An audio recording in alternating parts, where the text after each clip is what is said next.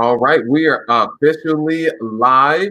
Hello, everyone in front of me on the YouTube as well as the Facebook, and everyone over on the Instagram over to my right hand side, which would actually be your left hand side. So go ahead. Today is the going to be a live question and answer on the multifamily side. So all right, it appears let me go ahead and test my mic, everyone.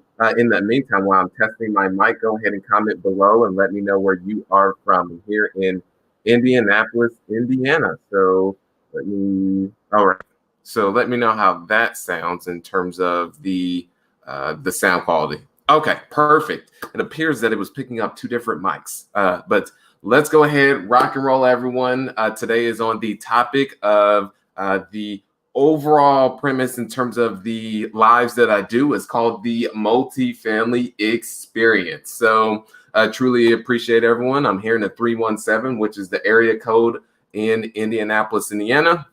And I trust everyone as well, especially during these times of uncertainty that we're currently going through. But I did just want to jump right into the overall content and address everyone's questions that they have multifamily related. Because yes, there's tons of course, noise, not necessarily, well, don't want to get into that. So let's go ahead and just jump into the questions that you all have. And just to give you some context on myself, name is Sterling White, born and raised in Indianapolis, Indiana, not so good parts of the city, fraternal twin brother, single mother. And in terms of, and those of you on Instagram, my handle is Sterling White Official. One more time, that is Sterling White Official.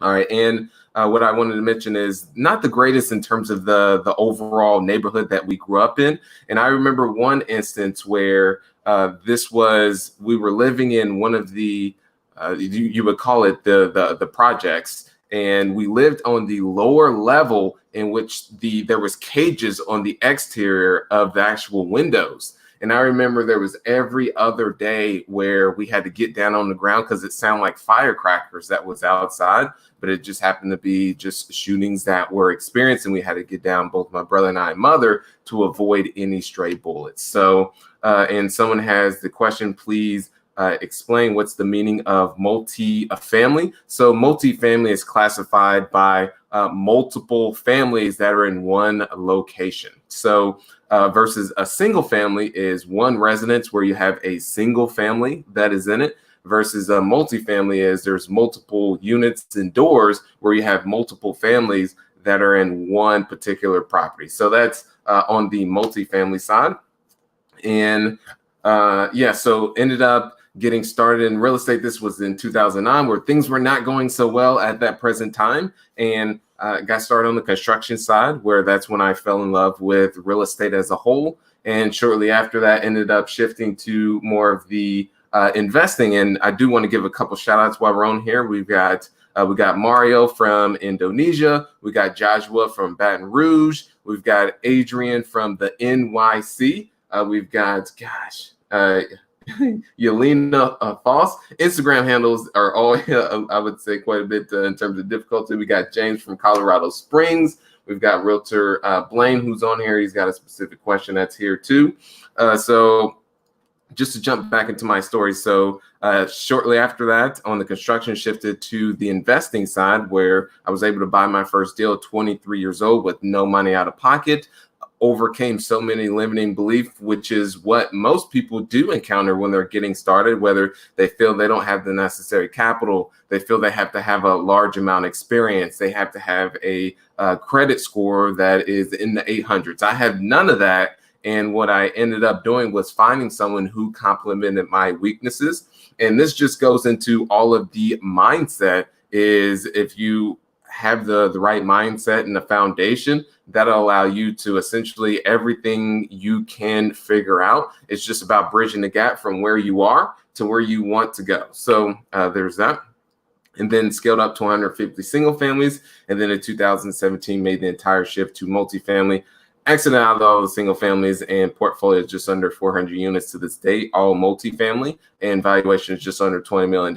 And why I'm telling you guys that is, one thing is I'm not perfect by any means. I still make mistakes to this day. And I would say a lot more mistakes than I have had successes. And I just want to share all those experiences with everyone, because I believe that is, yes, it's great to learn from your own mistakes, but it's even better to learn from others. And I've been contributing to Bigger Pockets for 4 or 5 years now. Time flies. I don't even know what day it is anymore, especially it feels like just over the past several weeks. Comment below. Hopefully I'm not the only person that I feel like over the past several weeks have felt like months. It's been a whirlwind, of course, but let me go ahead and just jump into some questions that we have here. As mentioned, this is a multifamily question and answer. So go ahead and submit your questions that you have just below. And in terms of my overall experience at this moment, in terms of the collections that I have, and I focus primarily in Indianapolis and Louisville, Kentucky, there has been nothing in terms of, I would say, concern. 2 of the holdings here in Indianapolis, for instance, are 96% rent collected. And it was mid-March where the announcements and the starting of the shutdowns, we experienced that. And prior to that, collections was really good and was on pace. And then it was, okay, let's see how April is going to shake out. April was great. And then the following month, which was May, let's see how May shakes out. And then now we're in June. So we're going to see how this shakes out as well. But nothing that has been out of the ordinary. So I wanted to share that as give you some insights from an operator standpoint, and been communicating with brokers. And I feel over the next, you would say 12, 18, 24 months is when there's going to be some deals that could be had.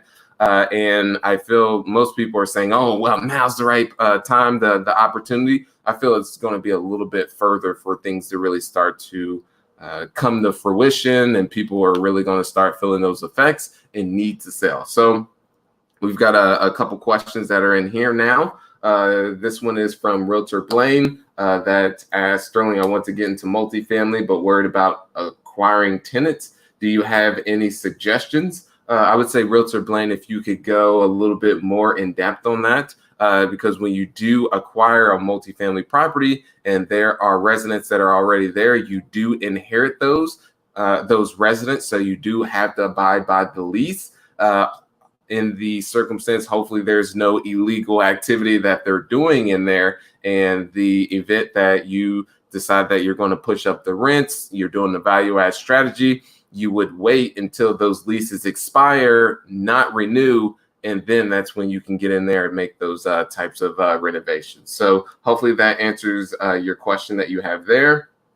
All right, so how about turning a multifamily into a multi-unit short-term rental business? I am not myself personally on the short-term side when it comes to Airbnb. What is it, VRBO? Because many people are seeing those effects now because it's a lot more reliant and dependent upon travel, and people aren't traveling right now. So people who are in the short-term rental space are feeling they've had to make pivots, and some are just not doing very well whatsoever. So that's one thing I feel, those types of deals, people who bought a property and base their numbers upon doing a short term in terms of the rental business or Airbnb in order to make the deal work, those deals are definitely going to start coming up. So to answer your question, myself personally, I've done one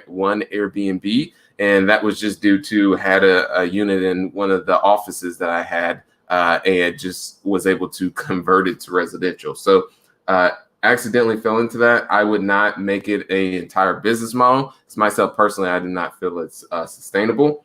And all right, so here we go. How many property managers do you have? 400 doors. Are some resident tenants? So myself there is a total of 3 community managers, and there is a COO, a chief operating officer, that sees all of those community managers as well. Let's see questions here. All right, can you lease? Oh no, let's see. Okay. Are prices really going to go down? This question is from Jared. Are prices really going to go down, or are we just going to be buying properties at real values instead of pro forma values as before Corona? So this is my personal opinion, since that is what's being asked. And one thing I want to mention, nobody has a crystal ball. And if someone says this is exactly what's going to happen, then I would definitely want to shy away, because no one exactly. You can, of course, look at historical data. One person that I've been following is Sam Zell, which is one of the largest, operators in the real estate space, to get his feedback and insights where he believed the market is going to go. But even him, he says, very uncertain times, and it's more of just a crystal. No one has a crystal ball, and it's just going to be one of those types of things. You'll have to see how it really comes to fruition. You can guess, but you never know.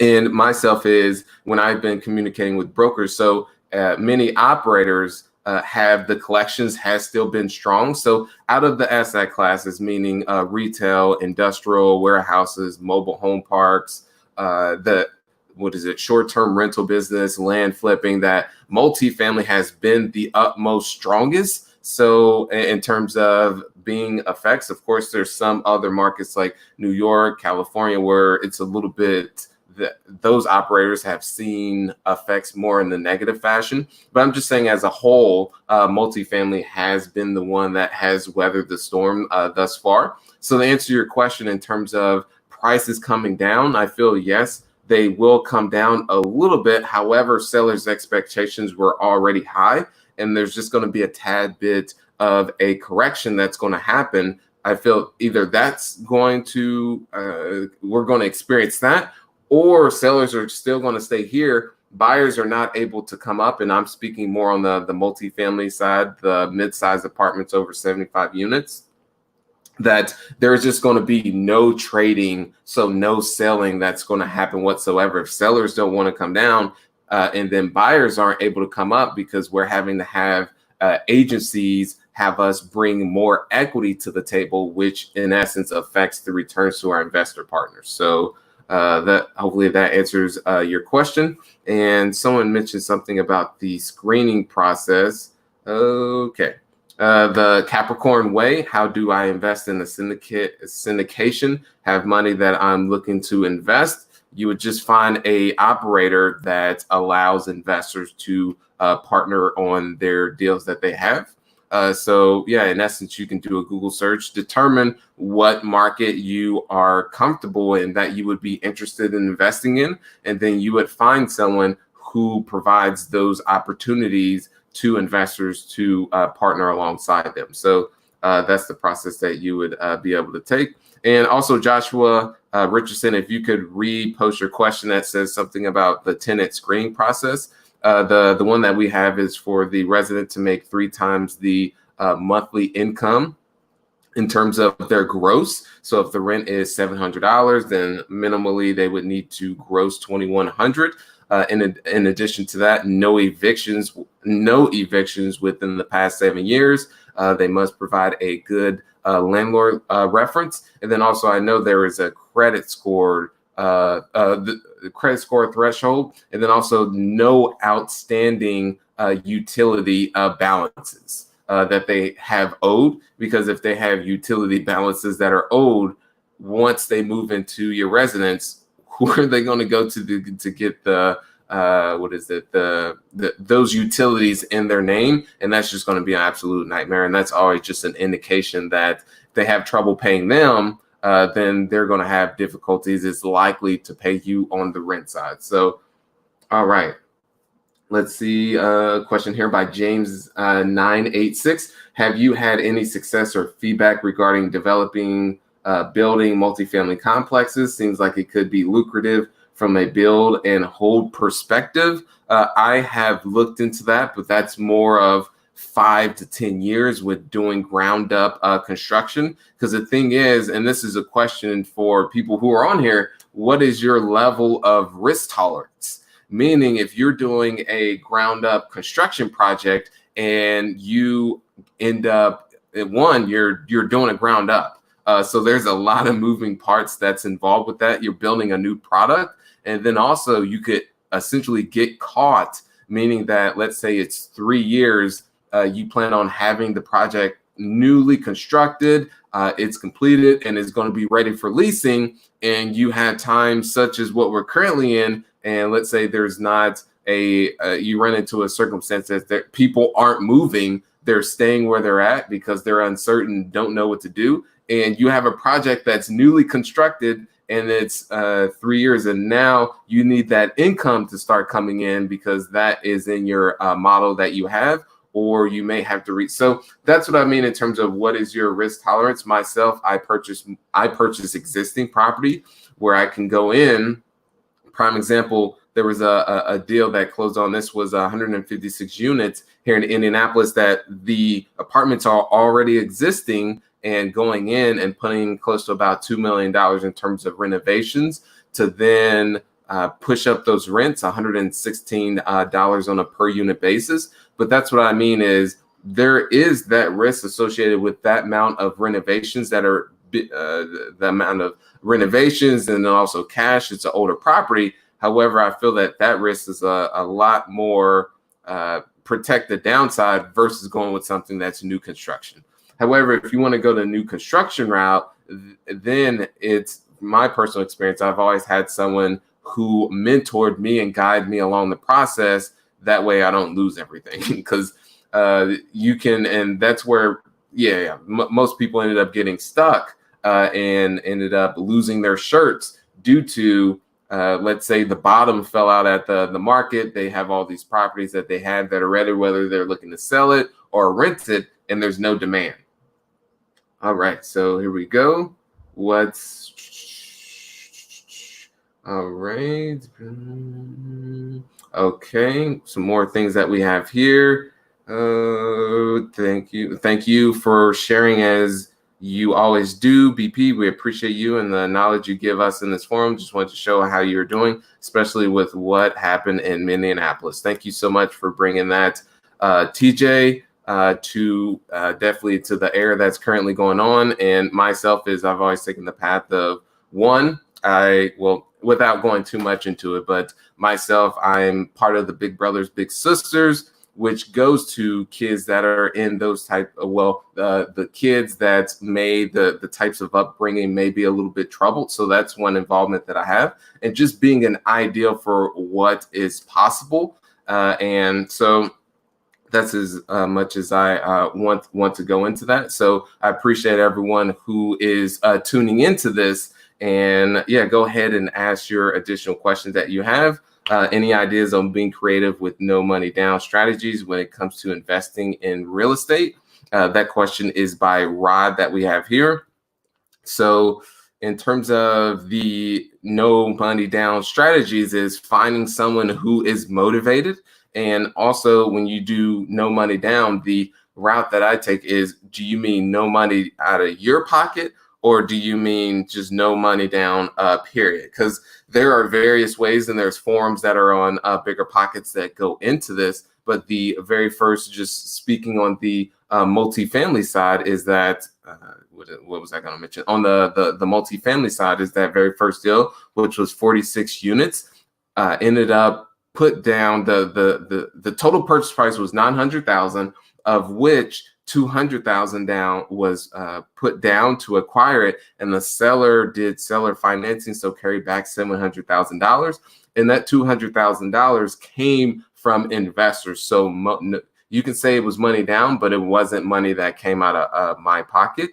In the event that you could get someone who's motivated enough to where you don't put anything down, or something that's very little, and then in 1 or 2 years, that's when you have or over the course of months, you have an interest payment that goes to that individual. And then let's say in 2 years, you have a balloon of whatever the outstanding balance is. So that, and this comes down to your negotiation skills, Rod, and also how motivated the person is on the other end. In today's climate, to find no money down deals, they are out there, but you have to really dig, because I feel we're starting to come down on the market a little bit. and we may be right here and not all the way at the bottom. But in essence is where we're at. I feel getting those types of deals could be difficult, but there's still plenty of opportunity out there.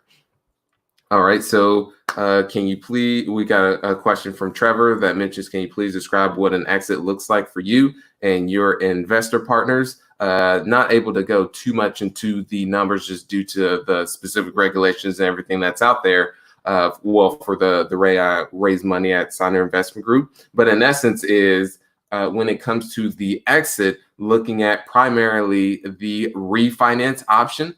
And in the event of refinancing the property is looking to get the investors their money back, and they would still have ownership in the deal, and it would be infinite because they don't have any money that's in there. So that's what most investors like to see.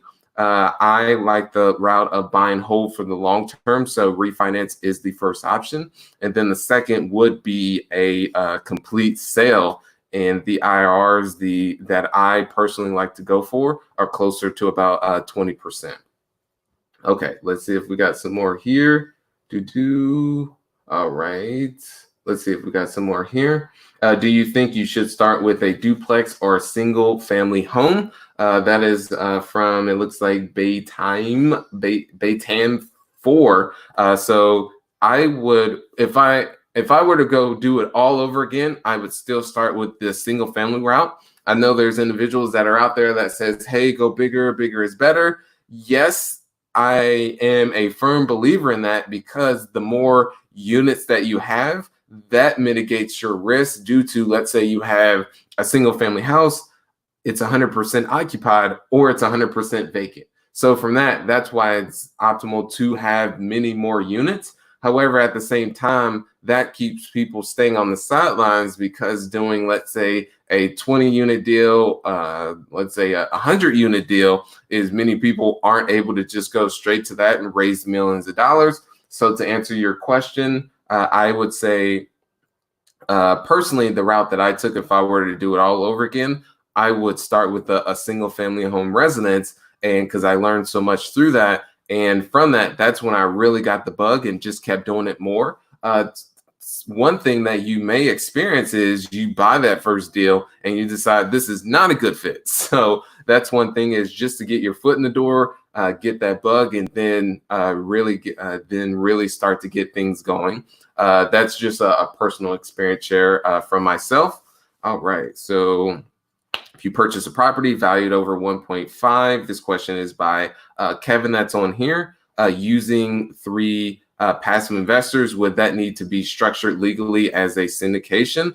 That would be a attorney question. Yes, that is. A syndication, in essence, by definition, is pulling together resources, which includes capital, to then go take down an apartment deal for, of course, I phrase that, but that's in essence what that is. So yes, in essence, you would you would want to consult with an attorney, because I'm not an attorney by any means, to be able to get the right structure. Because one thing, when you're accepting money from individuals, that is what you would say is known as a security, when you're offering equity in exchange for someone investing with you. So that's definitely a attorney question to really get some insights on how you would structure that, because there's so many different ways to structure it. The main way is, the main thing that I would like for you to get away from this, Kevin, is to have someone who's in your corner ultimately in the event that something doesn't, or the deal doesn't go so well and someone ends up suing you, or there's no agreement, or that someone says that you did something incorrectly. You have that attorney at the end of the day that does have your back. So always, I would mention to anyone, when you are accepting money from a individual, is to always consult with an attorney. And sometimes you may you could just take the route and just asking them a question to where they don't end up charging you. So that's one route. Or myself is just show up to their office and say, hey, just had a quick question for you, especially if you don't hear back from that individual. Because if it's just one person, a lot of times you can just go with a joint venture or just do a joint venture. However, when you're dealing with multiple, that's when it's looked at as more of a syndication, but that's definitely something I would consult with an attorney on. All right, so here we go. Question by Rod here. Can you do a lease purchase on multifamily, or that would apply only to single families? You can do a lease option. Actually, I would not be the right person to answer that. I know that you can do that in terms of the structure. The deal that I did, instead of doing more of a lease option, this was actually the mortgage was taken out on the property, in which the owner, well, now the seller had that first mortgage. So in terms of, we could have structured it as a lease where there wasn't that, but essentially we wanted more control and it being underneath us. So there is a way to be able to structure it that way, Rod, on the single family side as well as the multifamily. I know there are pros and cons to doing whichever route that you end up going to. All right, so with your one wood loan.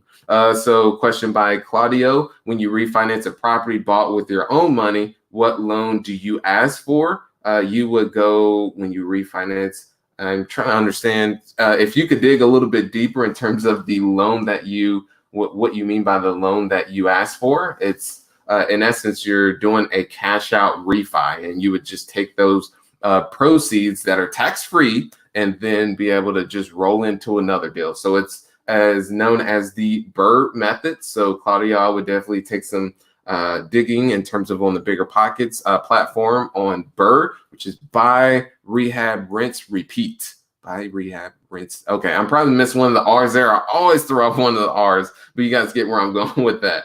All right, so So question here is, what are your thoughts on investing in low income, high crime communities? Is it a money pit, or can you still leverage opportunities in those overlooked markets? Myself personally, that I have done some investments in those types of settings. And one thing I want to say is that it looks good on paper. In terms of the actual execution and getting that, it is very difficult and management intensive. And if you have the stomach for that, you can make it work. Myself personally, I tended to shift away from those types of settings to ones where the assets are built a little bit, what's that word I'm looking for? They're a little bit newer constructed. And here in Indianapolis, ventured a little bit, pushing out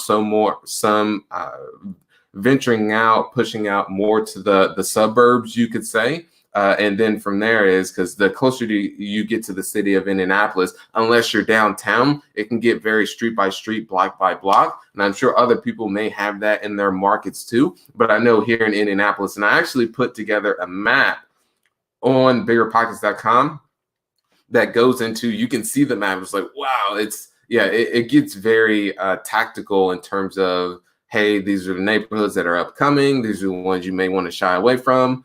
So there's that. And it's just personal perspective on that. And there's also data included into it as well. So, all right. And question here from Warren C. Do you invest out of state? If so, what markets are you looking at? Yes, question Warren C. So here in Indianapolis, also in Louisville, Kentucky, I have an 80 unit, looking in Lexington, Kentucky, Columbus, as well as Cincinnati, Ohio, Kansas City, as well as St. Louis, Missouri. So like to stick to the Midwest. Kansas City is a little bit further out. It's about a 7-hour drive. You have to fly it, and it's actually connecting. So I may actually pull back from that market, but I like it being the market's less than about a 2-hour drive. But I like along with just the standard economics of population growth, job growth, but I like looking at the price per door in correlation with the rents as well. So, okay. And buy, rehab, rent, refinance, repeat. Okay, awesome. That is the BRRRR method that you see there. So, and yeah, those are the markets for you, Warren C. Okay. As someone with no current deal experience, how do you get investor capital to purchase a multifamily property? This is all sales. And that's one thing I really want that has really helped me. And I wish I knew this sooner, the importance of sales, not even just in business, but even in everyday life. And prime example is I have a 7-year-old Angel. She's actually right in front of me. That she's got hair all the way down to her back like Tarzan. So just imagine me with just a full head of hair. Of course, she doesn't look like a guy, but a guy in a girl's version. You get where I'm going with that. And so in essence is I have to sell her on, hey, this is the importance of doing homework, or I've actually been training her to ride her bike without training wheels. Which we finally accomplished that. But towards the initial stage, which is the same with learning any skill, is that there is the initial phase, which is the frustration. And then there's the phase where you start to get the mechanics down, and they call it, I believe it's conscious competence, but you still have to be conscious of what you're doing. And then there's the unconscious competence. I'd have to look up these specifically, but it's more of someone like Michael Jordan type of talent, to where he does things without even realizing it. Or when you're driving a car, for instance, is when you first started driving a car, you're thinking of, okay, I've got to press the gas. Okay, I got to do the brake. I've got to do the hand wheel. But now you're just doing it without even realizing it. So that's the unconscious competence. Okay, there we go. And so I believe that answered his question. But in essence, is you may have to find the route that I took when first getting started, Rawling Wood _capital, is that I ended up finding a mentor who I work for completely free. And that's the way I was able to buy my first deal. And then in essence was able to scale the single family portfolio and bring in outside investors through all the marketing efforts, more on the digital side, and then ended up bringing them to make the shift over to the, when I made the shift to the multifamily. Okay. Should I refinance my property now? Should I get my credit score up? Not terrible score, just not amazing. So in essence is when I first got started, that was one of the things that I focused on, was building my score. Because I remember when I first started, when this was early 20s, when you would pull my score, nothing came up. However, I ended up getting someone in to assist with that and on an ongoing basis, which has worked out tremendously. But one thing is for this person, JJ, is to not let that affect what you're currently doing. There's always a way around it. Meaning the deal that this was a deal that I purchased that's just right across the street. That's from that is over 3.35 million was the purchase price. Not bragging by any means. I just want to show you guys what is possible, because the thing is, I'm a kid that came from the inner city, grew up on welfare, grew up Section 8 housing. Father wasn't very much around, not the greatest environment. And there was a lot of things that were going on that kids should not see at that age. But even then, I did not decide to be a product of my environment. I decided to take a different path. So that's what I mean, you guys. I'm not bragging by any means. I really just want to show everyone what is possible.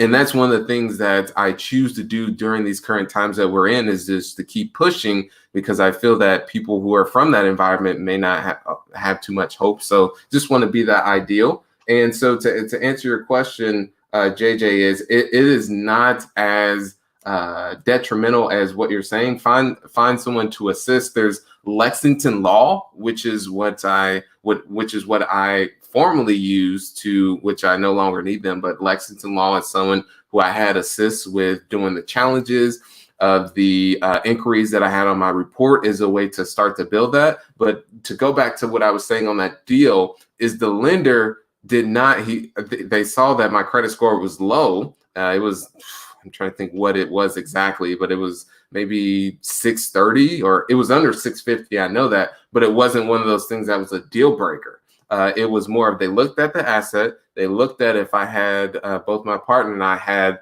the net worth equal to the loan that they were providing, and that we had the liquidity. So I just want to provide that story for everyone, is some things that you feel may be important or not as important, but at the end of the day, there's always a way to bridge that gap. Okay, there we go.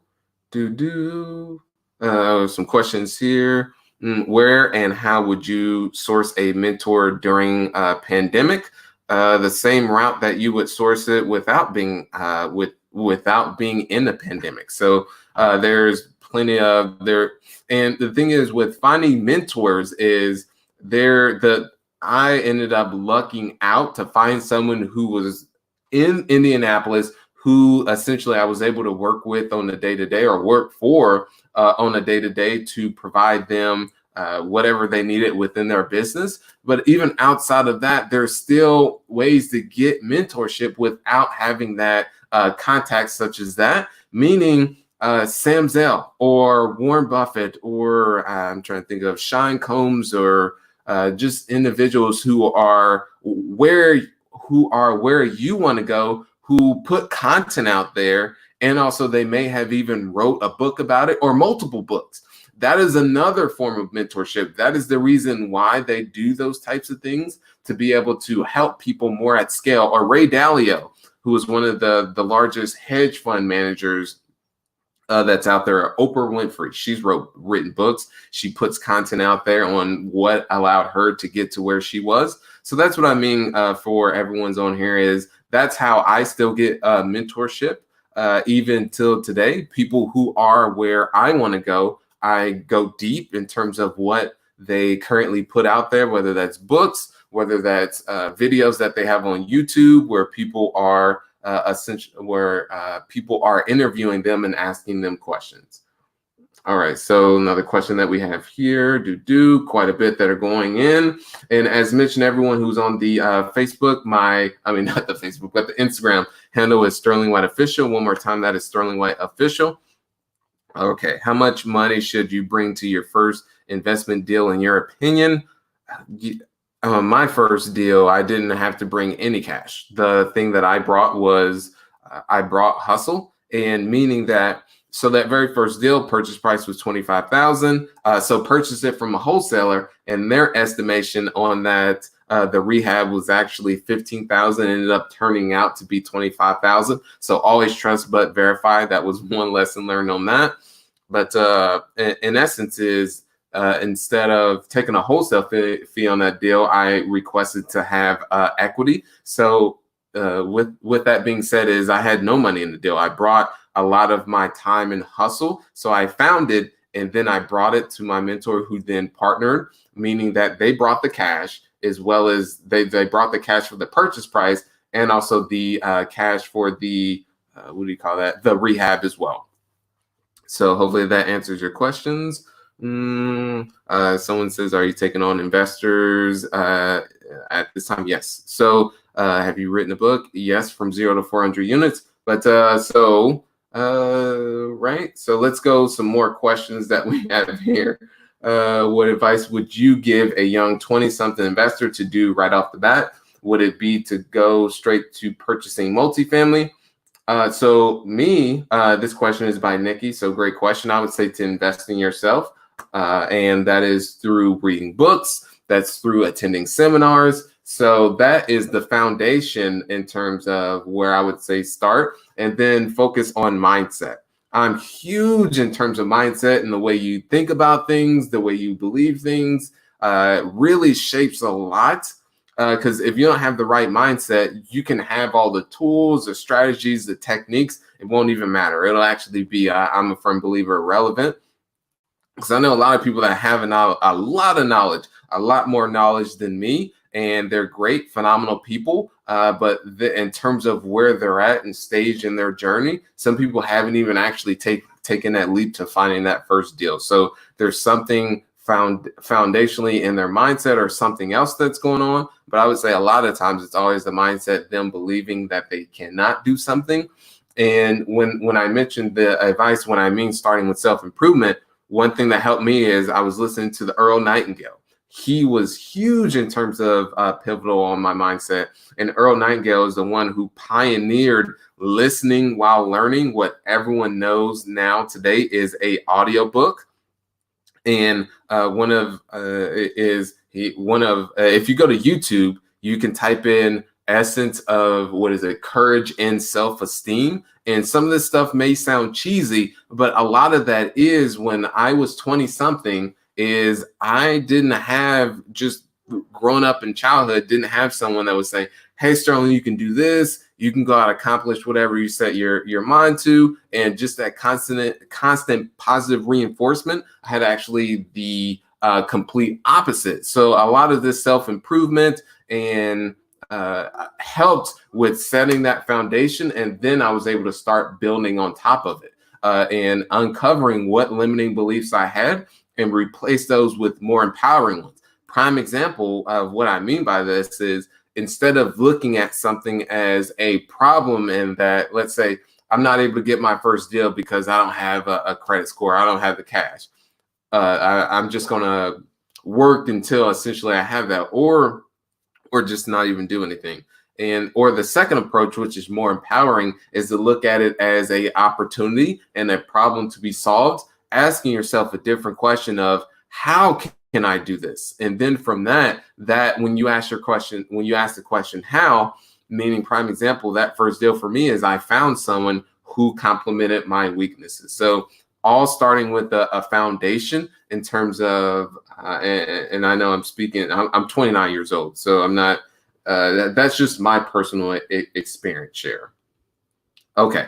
And all right, one question we have here, another one, and I appreciate everyone who was on here. You guys at the Bigger Pockets community are just so awesome. I always enjoy doing these streams, even with just being transparent, is the, it's the mental, that in terms of all this outside and exterior, and then shifting to like the homeschooling and all that stuff. So one thing I've always looked forward to is doing these with you guys. So everyone on the Instagram, if you give those hearts, get super jazzed up seeing that. And those of you who are on the Facebook, if you can give those likes and those loves, that would mean the world to me. So going to go ahead and answer a couple more questions that we have here.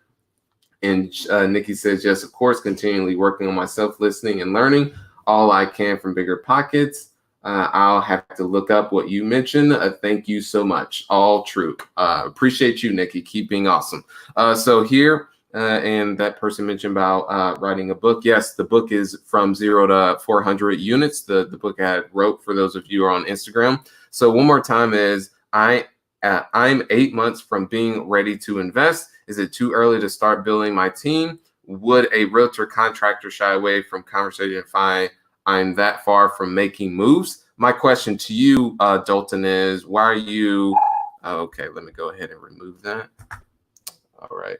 My question to you, Dalton, let me go ahead and turn this off right here, is what is it that's keeping you from getting started now?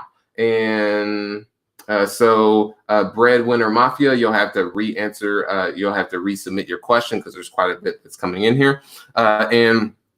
For you, Dalton, is what's keeping you from getting started now? And that's the exact question that they may ask you. I'm curious on if you could go a little bit more into detail on that, because that's exactly what that person may be asking. I'm sure you would give them the necessary context on that.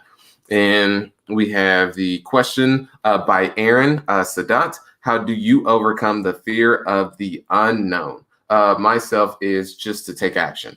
I am, and that's myself personally, and that is the way I've always done things. And because I feel I, of course, do the necessary education and get myself up to speed. However, you can never know it all. I'm just speaking, and this is, again, is just my personal opinion and just insights, is it's very difficult to know it all. I'm still learning in multifamily and real estate as a whole, and I've been in it since I was 19. And so it's now going on a decade, so 10 years. But with that being said, is I just take action. And then from that's when I am able to essentially, I take on the unknown. And from jumping into the unknown, I'm a firm believer. And this starts with what I was mentioning to Nikki earlier, is just starting with the foundation in terms of the mindset. Because I believe in myself enough that once I venture into the unknown, that's when I'll be able to figure it out. Because I feel if I go the route, because I'm in entrepreneur realm, meaning is that I am a business operator and that I work for myself. Well, technically, I actually work for the people I employ. But to go back to answer your question, Aaron, is I forget where I was going to venture out, but just taking action is the way I would say myself personally is the way to overcome the fear of the unknown, and just to reinforce as much as possible with positive messages. Myself on a daily, I actually write down my goals, and that's something also that's a constant reinforcement to further showcase where I'm going. And one question I actually asked my little one last night, I said, how often do you believe people write down their goals? And I asked her that question is because we were talking about goals. And I said, she says, why do you write those down every day? I said, because it allows me to know where I'm going. And then I asked her, I said, how often do you believe other people write down their goals? And she says, none. And I was like, well, that gives you your answer oftentimes, why people don't know where they're going, because they don't have a clear picture of where they want to go. It's like a ship. This is one thing that Earl Nightingale talks about, is it's like a ship leaving a harbor, that it has to have a destination or a target where it's going, unless it'll just go into no man's land. So, all right. All right. So another question here. Trying to look for the one of the individual that kept asking about resubmitting Breadwinner Mafia. So I do not see your question that you have here. Oh, right. Oh, okay. So how do you get cash from a home you own outright? I don't want to do a HELOC and would rather get a mortgage. So from that is, I personally take the route. I do not own a home. I have a completely different opinion when it comes to owning homes. But from that is, I would, you're not asking for, I would just sell it outright if you're asking me what I would do with that, and then go take the cash and then go buy an investment property. Okay. Right. So we're going to answer one more question that is here. All right. So how do I, okay. Better answer than I anticipated. Okay, awesome, Aaron. Glad you were able to get the insights from that. Okay, one last question that we have here is, I just watched your talk with Grant Cardone, GC. Love your growth and hustle, man, and appreciate time and knowledge. Awesome. Glad you were able to get the takeaways from that. That was one thing, a great experience for myself, because that's one individual that I listen to on a daily, I would say a daily basis, in terms of understanding sales, some real estate as well. But that really shows also just what I was mentioning earlier in terms of what the current times that we're going into. Don't want to go too deep, but just being an ideal for people who came from that environment of what's possible. And this goes back to Aaron's question. I just want to keep going back to people's, is the overcoming the fear of unknown is just essentially just taking action, a lot of action. And then from there is that will mitigate the amount of unknowns, because you're constantly having this inflow from the work you put out, because at the end of the day, you reap what you sow. So that helps in terms of when you're venturing into the unknown, that the work that you're able to put out there, that you're able to reap those benefits from you doing that. So one question is, last one is, how do I start if I have a $300K student loan? So when I started, I didn't have a loan. You have, 10x times, just piggybacking on the person mentioning about Grant earlier, 10x the amount of student loans that I had. So what I did was, and I personally just, one, you can still get started. And also is, I ended up doing what you would call a forbearance, I believe is what you did. So I ended up because at the end of the day, those student loans are the student loans. That's the past. Cut that out. Now, and this is just what I'm speaking from experience, is instead of taking that cash and paying down the student loans, if you do have cash, you can take that and actually invest in your future. I know other people have a different opinion on that, but with that is, I just look at it as the past was the past. I personally took my own cash and actually invested it in the deals moving forward. So, all right, everyone. Well, I appreciate you all. We'll see you next Tuesday on the multifamily experience. So have a great one, everyone. Stay safe out there as well, and appreciate you all. Thank you so much. All right.